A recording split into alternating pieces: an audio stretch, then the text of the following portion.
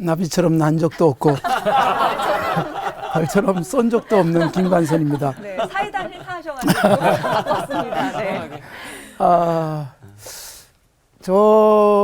저에게 바로 이 교만도 열등감도 늘 함께 공존하고 있다는 생각이 듭니다. 나보다 좀 약하다 싶으면 그 위에서 우쭐대면서 교만해지기도 하고, 오늘처럼 이렇게 서정우 목사님이나 김문훈 목사님 옆에 서면 열등감 느끼는 그런 목사입니다. 사실 조금 남들 앞에서 이렇게 잘 나간다고 생각될 때 늘 우쭐할 수 있거든요. 네. 그런데 오늘 실수한 것 때문에 사실 이렇게 우쭐대기를 좋아하는 사람은 작은 실수에도 상당히 오랫동안 고민하고 거기서 빠져나오는 게 쉽지 않습니다. 목사의 경우 훨씬 더 많을지 몰라요. 늘 높은 강단에서 이렇게 설교를 하는데 설교를 오늘 망쳤다 싶을 때가 있잖아요. 그러면 이제 거기서 내려오는 것 자체가 막 쉽지가 않아요. 그런데 놀랍게도요. 네. 이렇게 그래도 내려가야지 어떡하겠어요. 내려온단 말이에요. 네. 그리고 또 그때는 표정 관리 더 잘하는 거죠. 당당하게 딱 나왔는데 놀랍게 하나님이 위로를 하세요. 오늘은 정말 내 의도대로 설교가 안 됐다 싶은데 그날따라 제 손을 잡고, 목사님, 지난 한 주간 동안 제게 고민하던 문제가 깨끗하게 해결됐어요. 이 순간 위로가 되고 그 사이에 또 우쭐대기 시작해요. 이렇게 롤러코스터 타듯이 교만과 또 열등감 사이를 오가는 게 인생인지도 모르겠습니다. 제가 어린 시절부터 학교 다닐 땐 줄을 서면 늘 앞에 섰습니다. 키가 크질 않아가지고. 이게 사실 큰 사람들 앞에 서면 늘 열등감처럼 느껴졌습니다. 하나님이 제게 위로해 주시기 위해서 제 배우자를 저보다 8cm 큰 사람을 만나서 살게 하셨습니다. 그래서 제 아내하고 이렇게 결혼하고 난 다음부터 걸어 다닐 때마다 꽤 우쭐했어요. 나 이런 사람이야. 네. 그런데 이제 큰아이가 태어나고 큰아이가 중학교 1학년이 될 때부터 제가 우리 집에서 둘째로 크다가 셋째로 큰 사람이 됐습니다. 제 아들은 제 아내보다 12cm가 큽니다. 네, 그리고 제 딸은 저보다 5cm가 커요. 우리 집에서 제가 제일 귀엽습니다. 이렇게 식구들 다 이렇게 거느리고 다닐 때면 저는 이제 예전에 컴플렉스처럼 생각되던 작아서 열등감 느끼던 게 이제는 좀 괜찮아지더라고요. 그러니까 사람이요, 조금 낫다 싶으면 우쭐대고 조금 못하다 싶으면 그 옆에서 길을 펴지 못하는 이 두 가지 생각이 늘 공존한다는 생각이 목사임에도 여전히 있다는 것이지요. 제가 지난 시간에 우리 김문우 목사님이 설교하시면서 베드로에 대한 말씀을 많이 하셨는데 오늘 베드로 이야기를 좀 하려고 합니다. 베드로에게도 이 열등감과 그리고 교만함이 늘 공존하지 않았나 그런 생각이 듭니다. 제가 오늘 본문으로 잡은 말씀이 사도행전 3장의 말씀이에요. 나면서부터 걷지 못했던 사람을 예수님의 이름의 능력으로 벌떡 일으키잖아요. 근데 이때 성전에 올라가던 베드로와 요한에게 구걸하던 나면서부터 걷지 못했던 사람에게 베드로 사도가 대표로 말을 하잖아요. 은과 금은 내게 없지만. 근데 여러분 생각해 보십시오. 상당히 많은 사람들이 이 금전적 열등감을 갖고 살아갑니다. 더군다나 이 자본주의 사회에, 그리고 소득이 3만 불이 되어진 우리 사회 속에서 사실 경제적으로 조금 열등하다 싶으면 이게 얼마나 사람 주눅들게 만듭니까? 그래서 여러분, 이 돈이 없기 때문에 이 열등감을 이 뭘로 표시를 하고 살아가느냐? 요즘에 소비 행태가 굉장히 달라졌대요. 예전에 비싼 명품은 돈이 있어야 사잖아요. 그런데 여러분, 비싼 명품을 돈이 있는 사람만 사는 게 아니라 이제는 돈이 없는 사람도 구매를 하는 거예요. 심지어 대학생들이 알바를 해가지고 비싼 가방을 듭니다. 그게 뭘까요? 열등감을 그렇게 커버하고 싶은 생각도 있을지 모르겠습니다. 베드로, 요한, 당시 초대교회 은과 금이 없었어요. 그래서 은과 금, 즉 물질적 힘 때문에 열등감에 빠질 수 있잖아요. 그런데 베드로, 요한, 여타의 제자들, 초대교회 성도들, 물질이 내게 많지 않은 것 때문에 열등감 가진 게 아니었어요. 왜냐하면 내게 은과 금은 없지만 세상은 도무지 흉내낼 수 없는 진정한 힘이 있다. 은과 금으로도 해결이 안 되는 문제를 해결할 수 있는 힘이 있다. 그게 무엇이었느냐? 나사렛 예수 그리스도의 이름의 능력이었습니다. 그게 열등감을 치료해 주는 거죠. 오히려 열등한 사람들을 벌떡 일으킬 수 있었습니다. 그런데 보십시오. 이렇게 열등감을 갖지 않고 응가금 없지만 내게 있는 그것이 있다. 그거로 남에서부터 걷지 못한 사람을 벌떡 일으켰는데 그 다음에 무슨 일이 일어납니까? 이 사도행전 3장을 쭉 읽어보면 수많은 사람들이 몰려왔어요. 누구를 구경하는 거죠? 베드로와 요한을 보면서 베드로와 요한의 능력 앞에 사람들이 와 함성을 지르면서 그들을 쳐다볼 때 이때가 무슨 순간이에요? 우쭐할 수 있는 시간이잖아요. 교만할 수 있는 시간. 그런데 여러분 이때 베드로 사도가 왜 우리를 쳐다보니? 우리의 힘이 아니야. 우쭐대고 교만해진 게 아니라 나사렛 예수님을 바라봐라. 그분의 능력이었다. 그러니까 여러분 이 베드로가 완전히 건강해진 상태를 보여주는 거예요. 교만도 뛰어넘고 열등감도 뛰어넘은 모습을 보여주죠. 은과금이 없지만 열등감을 갖지 않았고 그 예수 그리스도 이름의 능력으로 큰일을 했을 때 그것 가지고 우쭐대지도 않는 그 상태로 올라갔죠. 거슬러 올라가서 시몬 베드로의 처음의 모습을 보시면 요한복음 1장에서 예수님을 시몬 베드로가 지난 시간에 우리가 살폈던 대로 안드레에 의해서 예수님께 나가요. 그때 예수님이 야, 이 보잘것없는 녀석을 무시하지 않습니다. 장차 개발하리라. 미래를 확 열어줘요.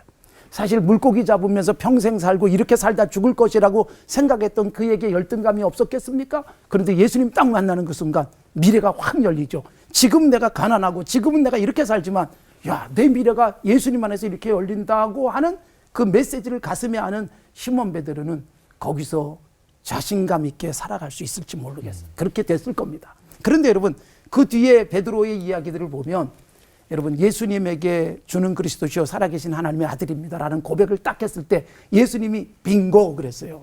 야, 기가 막히다. 맞다. 그래서 우쭐할 뻔했잖아요. 그런데 뭐라고 말씀하세요? 이걸 너에게 알게 한 분은 네가 아니고 하늘에 계신 아버지가 너에게 알게 한 거야. 그러니까 내가 남보다 잘 알고 제대로 된 믿음을 가졌다 할지라도 우쭐댈 이유가 없다. 그렇게 예수님이 바로 예방약을 그에게 투여하시죠. 그러고 나서 예수님이 십자가 말씀을 하자 바로 또 예수님에게 매달리면서 그런 일이 일어나면 안 되죠. 그러자 예수님이 뭐라고 말씀하세요? 사탄아 내 뒤로 물러가라. 보십시오. 요 마태복음 16장에서도 보면 베드로 사도가 우쭐댈 수 있고 또 베드로 사도가 잘못된 길을 갈 수 있을 때 예수님이 컨트롤을 정확하게 하세요. 지금 이거는 사탄을 돕는 일이야 라고 깨우쳐 주기도 하고 네가 우쭐댈 것이 아니라 하나님의 은혜야 라고 깨우쳐 주면서 시몬 베드로를 바로 잡아 주시잖아요. 그가 예수님이 십자가에 못 박히기 직전에 너희가 다 나를 버릴 것이다 라고 말할 때 베드로가 유일하게 큰 소리 치잖아요. 다 버려도 나만은 이 교만이잖아요. 근데 그 교만이 여지없이 곤두박질합니다. 다 버리고 도망가죠.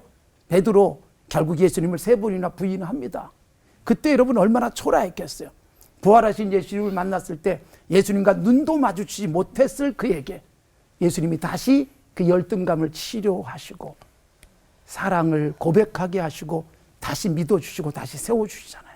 그러고 난 다음에 정말 예수님이 약속하신 성령의 충만함을 받고 난 다음에 없어도 열등감에 시달리지 않고 큰일을 해도 교만하지 않을 수 있는 상태로 가지 않습니까?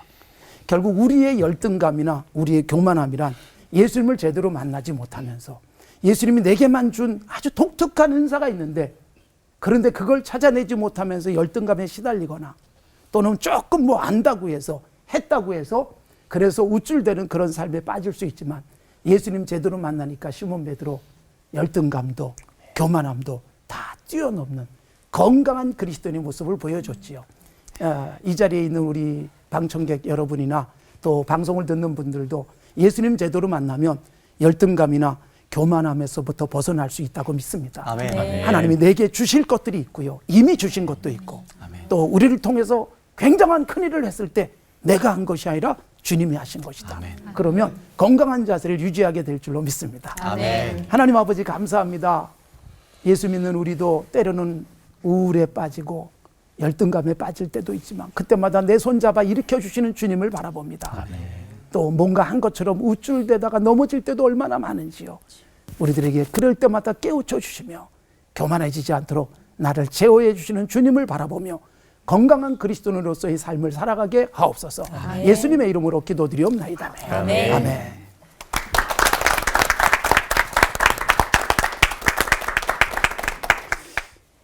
구약 성경의 대표적인 말씀이 교만은 패망의 선봉, 겸손은 종교의 앞잡이. 신약 성경에는 뭐 심은 대로 거둔다. 원리가 있잖아요. 모든 수학에는 공식이 있고 과학에는 법칙이 있고 싸움에도 정석이 있고 사랑에도 기술이 있고. 구약의 대표적인 교훈이 교만하면 망한다는 거예요. 왜 교만하게 될까요? 저는 이렇게 성경에 교만과 그 열등감, 교만에서 한순간에 어려움을 당하다가 회복된 사람은 히스기야 왕으로 봐요. 히스기야 왕은 이렇게 성경에 보면 전쟁이 일어났을 때 하나님께 기도해서 압성을, 대성을 경험해보고 호사다마라고 기분 좋아서 알랑꼴라리 하다가 옆구리가 아파서 갔는데 죽을 병이 걸리는 거예요. 죽을 병에서 또 하나님께 기도해서 15년을 더 살았잖아요. 전쟁에서 대박, 건강에서 대박, 그런 많은 좋은 경험들을 하다 보니까 역대하 32장 24절 5절 6절에 보면 순간적으로 이렇게 히스기야 왕이 교만해지는 거예요. 마음이 교만한 거예요. 여러분이 왜 교만 안 한지 아세요? 교만할 만큼 복을 못 받아서 그런 거예요. 사람이 오지게 터지게 복을 받으면 그냥 순간적으로 우쭐해지는 거예요. 히스기야처럼 전쟁의 대성, 건강에서 그런 기적을 체험했는데 막 자랑이 하고 싶어 입이 건질건질하는 거예요. 그럴 때 사탄 마귀가 마음에 쏙 들어가서 순간적으로 마음이 우쭐해서 교만할 때 거기서 이제 히스기야 왕이 잘한 것은 빨리 회개를 하는 거예요. 얼른 회개하고 마음을 뉘우치고 돌이키고 하나님 은혜를 감사하기 시작하니까 하나님께서 그 이사야 선지자를 통해서 말씀을 주실 때 네가 살아 생전에는 험한 꼴 안 보게 해준다. 네가 네 눈으로 네 살아 생전에는 어려운 일 안 당하게 내가 네 살아 생전에 복을 주겠다. 그런 참 특별한 복을 받은 사람이 히스기야 왕이에요. 히스기야 왕은 교만도 해보고 또 회개도 해보고, 제가 저에게 어떤 권사님 집에 신방을 가봤는데 권사님 집에 가오니 오바하지 말자 그렇더라고요. 남편은 학교 교사고 이 권사님은 굉장히 이렇게 지혜로운 가정이에요. 아주 화목한 가정인데 남편이 학교 교사인데 그 집에 가오니 오바하지 말자. 하나님보다 성령보다 앞서지 말자. 기도보다 앞서지 말자. 항상 좌로나 우로나 치우치는 그 밸런스를 유지하자는데 참 구호가 멋있잖아요. 가오니. 교만과 겸손은 이 열등감이라는 건 이건 종이 한 장 차이라고 보는 거예요. 근데 오히려 그 콤플렉스가 스타렉스가 된다. 스트레스가 양념이 된다. 저 같은 경우는 제가 왜 이렇게 목회를 잘하는가 하면 제가 엄청 콤플렉스가 많아서 그래요. 제가 어릴 때 외모에 대한 콤플렉스가, 제가 어릴 때 별명이 말상이다. 말상. 얼굴이 제가 길어요. 그래서 말대가리, 말상 이런데 창세기 1장 26절에 보니까 이게 말상이 아니고 하나님이 형상이더라고요. 말상하고 형상은 달라요. 그래서 저는 이렇게 제가 살아가면서 이렇게 하나님의 은사와 부르심에는 후회하심이 없다. 주신 대로 받은 대로 생긴 대로 살아가면 된다. 내가 뭐 이렇게 태어나려고 작전기도 한 적도 없고, 제가 시골에 태어나려고 뭐 작전기도 한 적도 없고, 태어나고 보니까 사투리가 심한 촌사람이고 또 얼굴도 이런 말대가리 같이 생겼지만은 이 정도 잘생긴 말상 봤어? 없어. 그래서 이제 주신 대로 살아가자. 하나님의 부르시면은 하나님은 다 뜻이 계셔서 나를 요렇게럼 제작, 제품을 만들었기 때문에 나는 주신 대로 살자. 이렇게 해보니까 되더라고요.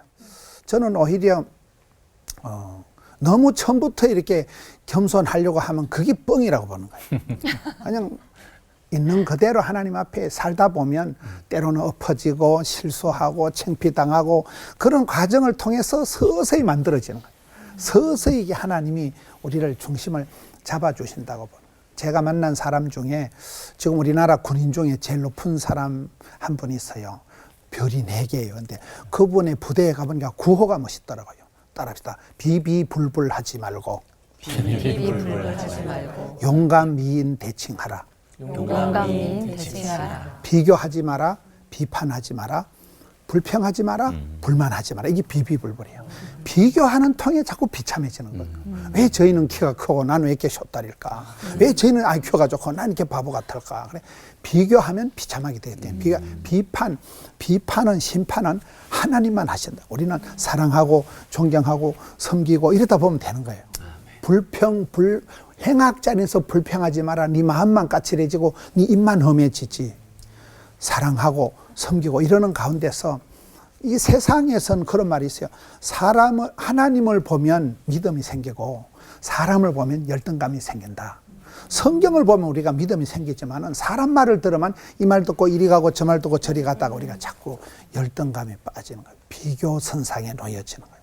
그래서 성경에는 교만해지지 않도록 저는 이게 수위 조절을 잘해야 된다고. 수위 조절. 배가 운행을 할 때 평형수가 잘 되면 전복이 안 된대. 근데 평형수가 없어지면 배가 순간적으로 넘어지는 거예요. 마음의 수위 조절, 기고만장, 아나, 무인, 오만, 방자 쪽으로 교만해지지 않도록 늘 하나님 앞에 히스기야처럼 얼른 뉘우치고 얼른 회개하고 얼른 돌이키면 빨리 평형수가 유지가 되어서 겸손을 감당하고 성실을 감당하면 그 사람 어디 가든지 사랑받고 축복받고 귀염둥이 예쁜둥이 우리 자기 한국도 자기 행남자기 기도합시다. 하나님 아버지, 저희들을 이렇게 만들어 주셔서 이 험한 땅에 보내어 주셔서 사랑해 주시고 여기까지 인도해 주시니 감사합니다. 주님의 부르심과 은사를 통하여 늘 감사함으로 또 하루를 감당하고 성실을 겸손을 감당해서 교만의 지경에 이르지 않도록 저희들을 늘 은총 베풀어 주시옵소서. 아멘. 예수님 이름으로 기도하옵나이다. 아멘.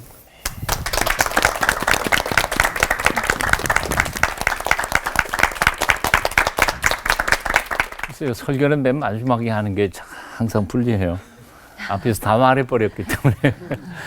그래도 정리할 수 있는 행복이 제게는 또 있습니다.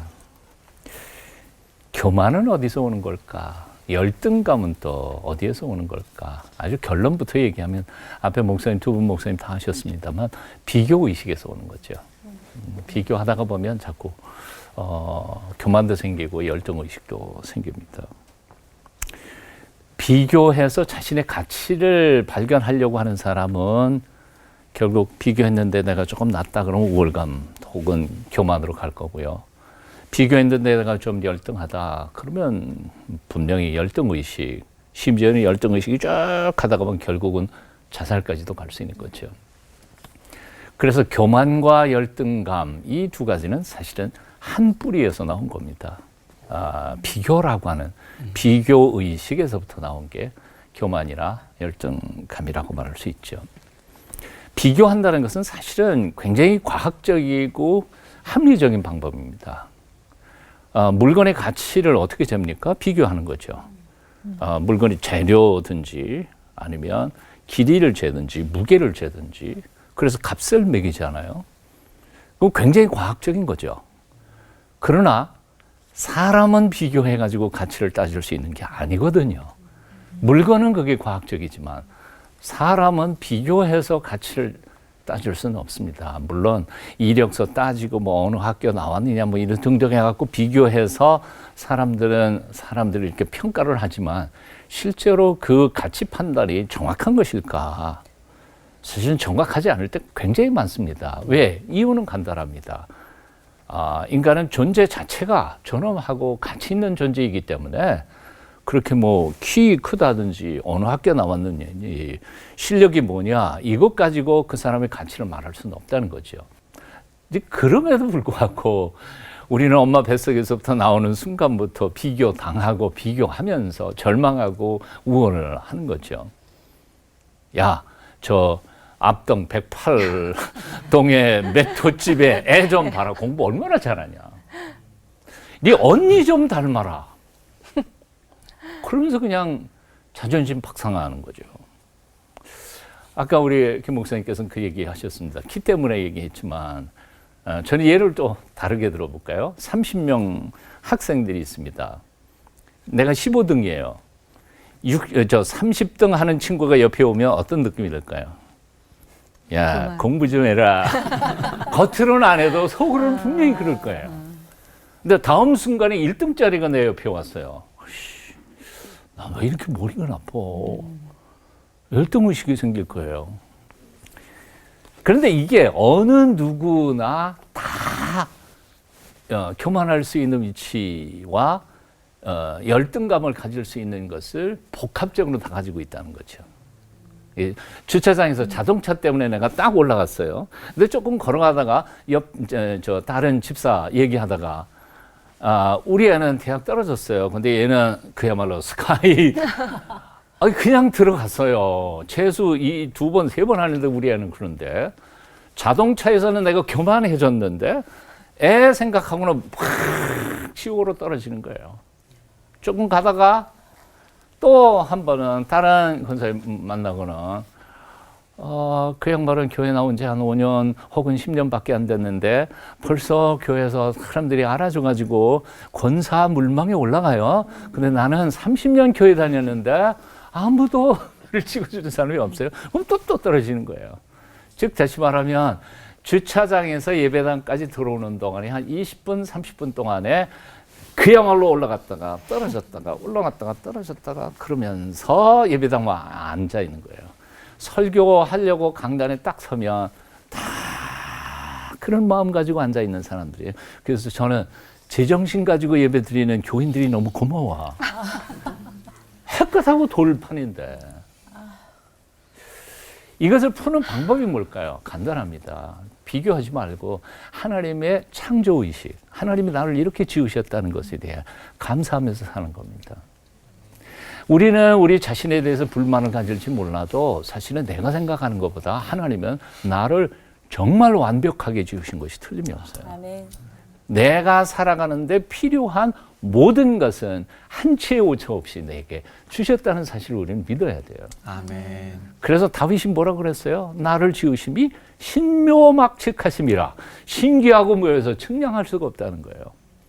나는 불만스러운 게 있을지 몰라도. 그러나 가만히 생각해 보면 그 모든 것 통해서 하나님이 당신의 사역을 이루어 가시는 거죠. 솔직히 말해서 그렇잖아요. 제가 뭐 영화 배우 할 사람이 아닌데 이 정도면 잘 된 거 아니에요? 제가 한국 경제를 일으킬 재벌만큼의 돈 없어도 괜찮아요. 하루 밥 세 끼 먹고 살면서 가끔 하나님이 주신 유용한 것들 헌금하고 가난한 사람들하고 나눠 쓰면 되는 거 아니에요? 그렇잖아요. 네. 그거 가지고 우리가 열등감 받을 필요는 없다고 생각해요. 이제 이렇게 생각을 조금 달리 해보겠습니다. 수업 시간에요. 나는 수학을 잘해요. 근데 영어는 잘 못해요. 옆에 있는 친구는 영어를 잘해요. 근데 수학은 못해요. 아까 같은 경우에는 어떻게 됐을까요? 예, 수학 얘기만 나오면 얘는 열등 의식 느낄 거예요. 영어 얘기만 나오면 나는 열등 의식을 느낄 거예요. 그러면 둘이 무슨 얘기할까요? 만나면? 자기 잘하는 거? 나는 수학 얘기만 해요. 그 친구는 영어 얘기만 하겠죠. 왜? 꿀리고 싶지 않으니까. 그렇죠. 교회에서도 마찬가지예요. 돈 좀 번 집사님은 구역 예배 때 뭔 얘기할까요? 돈 얘기하겠죠. 가난하지만 신앙생활 하고 하나님의 은혜 받은 사람 무슨 얘기하겠어요? 은혜 받은 얘기하겠죠. 왜요? 꿀리기 싫으니까. 그렇지만 이걸 관점을 달리하면 이럴 수 있습니다. 내가 하나님이 나에게 수리 능력을 주셔서 수학은 잘하는 것 같아. 근데 어느 능력은 안 주신 것 같아. 나 영어 잘 못해. 그러니까 나 너한테 수학 가르쳐 줄게. 영어 나한테 가르쳐 줄 수 있겠니? 그럴 수 있잖아요. 하나님이 내게 재물의 은혜는 안 주셨어요.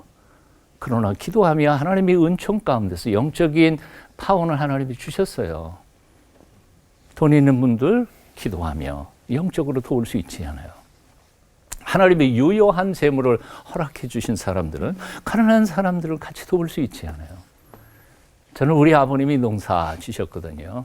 어렸을 때 나무 가지 접붙이기 하는 것을 사실은 했어요. 예?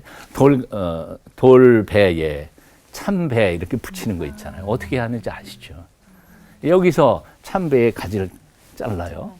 그리고 돌배에 그 껍데기를 이렇게 T자로 엮어가지고 그 사이에 끼워 넣어요. 그러니까 이쪽에도 상처가 있어야 돼요. 이쪽에도 상처가 있어야 돼요. 상처와 상처가 맞닿아서 묶어 놓으면 며칠 지나면 한 나무가 되는 거죠. 하나님은 어느 한 사람에게 모든 걸 다 주시지 않으셨어요. 나의 상처와 너의 상처가 맞붙을 때 우리는 함께 성숙해가는 것이라고 생각해요. 나의 강점 때문에 하나님께 감사해요. 그러나 또한 동시에 나의 약점 때문에 또한 하나님께 감사해요. 그래서 옆에 있는 사람하고 함께 사랑할 수 있기 때문에요. 다르기 때문에 우리는 행복한 사람들입니다. 달라서 행복할 수 있는 사람들. 약점 때문에 너무 고민하지 마십시다. 비교 포기하고요. 하나님이 나를 지으신 그대로를 사랑하며 감사하면서 살았으면 좋겠습니다. 네. 기도하겠습니다. 내게 장점 주신 하나님을 찬송합니다. 동시에 내게 약점 주신 것도 하나님의 놀라우신 선물인 줄로 믿고 감사합니다. 나의 약점과 너의 약점이 붙어서 우리가 하나가 되게 하여 주시옵소서. 예수님의 이름으로 기도하옵나이다. 아멘.